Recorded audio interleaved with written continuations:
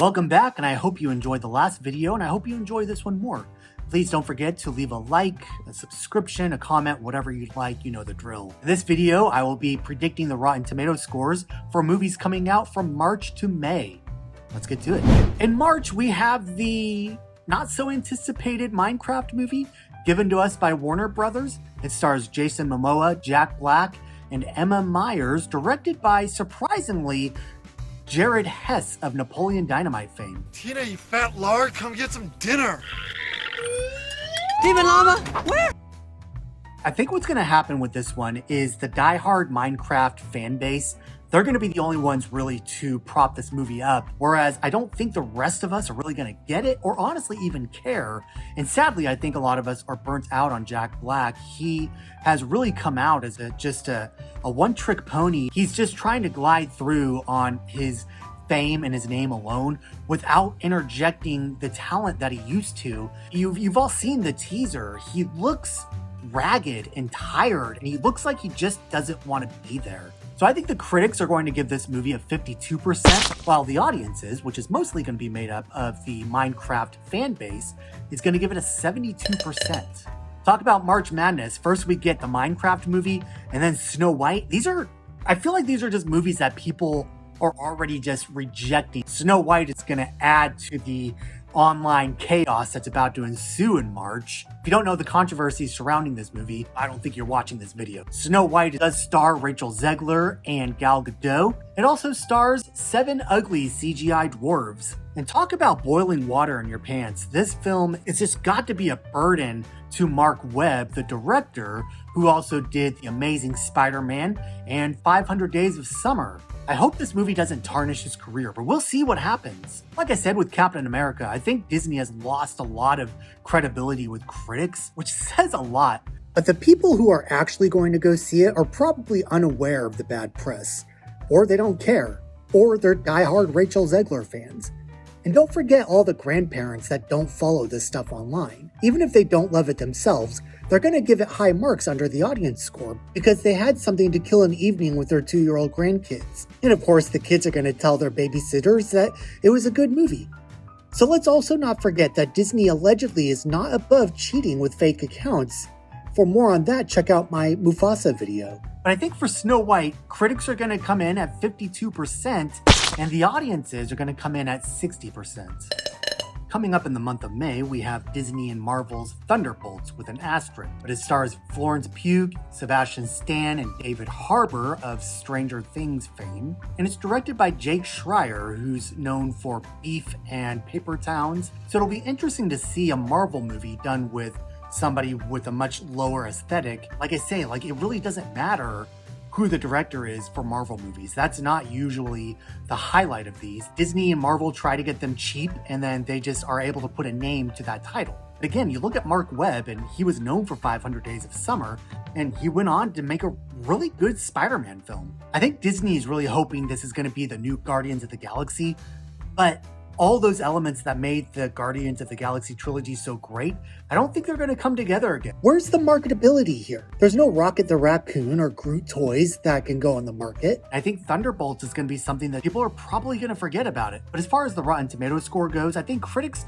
are going to give Thunderbolts with 54%. And because it's not going to be anything like Guardians of the Galaxy, and I think audiences are kind of hoping it will, they're going to come in at 32%. I think audiences are going to hate this movie. I think Disney still has a lot of lessons to learn before they could start making good movies again.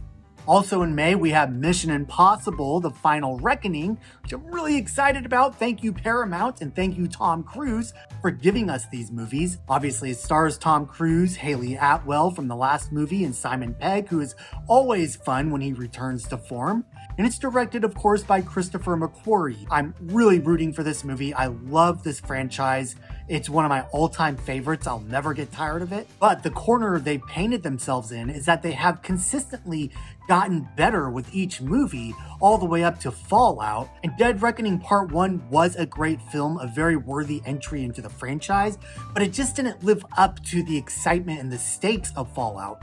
And I don't think The Final Reckoning is going to as well. That's not to say I am not absolutely excited to be seeing this movie, but I do think critics are going to drop their scores from the last film, give it a 92%, and audiences are also going to drop their score a bit and give it an 82%. Because remember, they're marketing this as the last in the franchise, so expectations are going to be really, really, really high. I feel like if Fallout was the movie to conclude the series, but again, I'm very glad that they are continuing to make these, and I really hope this isn't the last one. Hoping to get kickback from the potential financial loss of Snow White, we have Lilo and Stitch given to us by Disney.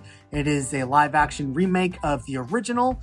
I don't think we've had two remakes so close together. Lilo and Stitch stars Hannah Waddington, Chris Sanders. It's directed by Dean Fleischer Camp. I probably pronounced that middle name wrong. This director did Marcel with Shoes On, a film that was widely accepted by the critics and audiences. It's going to be very interesting to see what happens with this one, because on the one hand, you have the anticipation of people wanting to see Lilo and Stitch in a live screen format. On the other hand, you're going to have people that are most likely going to be upset from Snow White and think, why do I want to bother seeing these anymore? But what I think is really happening with these remakes, if I'm being brutally honest, I think the Morlocks are coming out from the ground, throwing their money at Disney, because I can't find a single person in my circle that looks forward to these movies, that likes these movies, or even bothers to see these movies. I just don't get it. It is a phenomenon that I don't think I will ever understand. If you watch my Mufasa video, I do a deep dive on the audience reviews as to why that movie got an 88% audience score. You might be surprised with what you find. I also think it's interesting too that Lilo and Stitch is coming out on the same day as Mission Impossible. If they keep this release date, we are going to have a repeat of the match between Mufasa and Sonic the Hedgehog 3, this time with Lilo and Tom Cruise. Because Lilo and Stitch is such a cult classic, I think generally people are going to be very excited about this, especially since I haven't heard any controversy surrounding this film. I think Disney is doing their best to keep their nose clean. And again, I do think they will be projecting that they need to make money back from Snow White. We'll see what happens, but I think critics are going to give Lilo and Stitch 79% and audiences are going to give it an 86%. Then we're going to have even more remakes. I think it's funny that this director did Marcel with Shoes On, and now he's doing Lilo and Stitch. He clearly has an affinity for oceanic themes and the beach. Maybe he'll put that to good use in this movie. Also in May, we have Karate Kid Legends given to us by Sony. It stars Jackie Chan, Ralph Macchio, and directed by Jonathan Entwistle. It's either Entwistle or Entwistle. I'm not sure. Either way, he directed The End of the Effing World, which is a Netflix series. I was dreading this movie until I saw the trailer. The trailer actually won me over. I cannot stress how much I hated the Jackie Chan, Jaden Smith Karate Kid take. I don't think Karate Kid ever should have been messed with. I don't even think Karate Kid should have even had sequels. But then Netflix gave us Cobra Kai. But you know what? As stupid as it is a lot of fun. The premise is absolutely bonkers. The whole idea is just stupid, but something just draws me to it. So when I saw this trailer, I thought it actually looks really good. It seems to really match the tone of the Karate Kid, and it seems like it's gonna be more of a somber, serious take, which I'm kind of open to. They're bringing Jackie Chan back from the remake, so it's gonna be a Karate Kid movie based off the television show, which is based off of 3 Karate Kid movies from the 80s, merged with the remake of the Karate Kid. It'll be a really interesting hybrid, and I am actually open to seeing how this plays out. I think the critics will be pleased. I don't see critics often complaining about Karate Kid movies. They're going to give it an 87%, and audiences are diehard fans of this Karate Kid franchise. They're going to give it a 92%.